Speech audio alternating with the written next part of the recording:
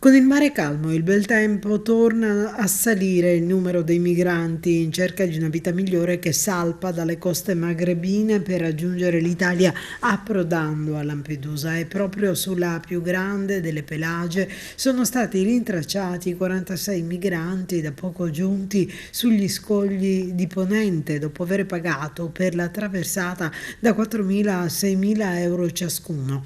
La Guardia Costiera ha anche recuperato il cadavere di un uomo. L'imbarcazione di legno di 10 metri sulla quale viaggiavano è salpata da Zuwara in Libia nella serata di mercoledì.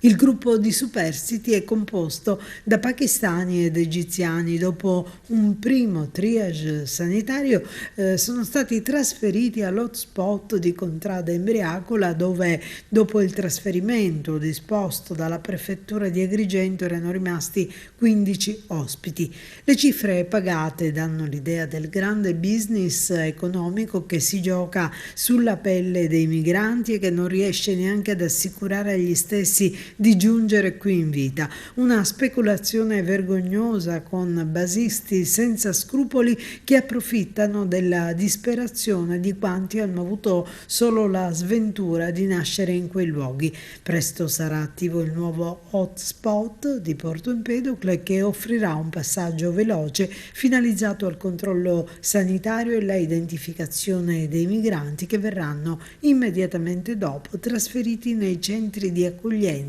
a cui saranno destinati.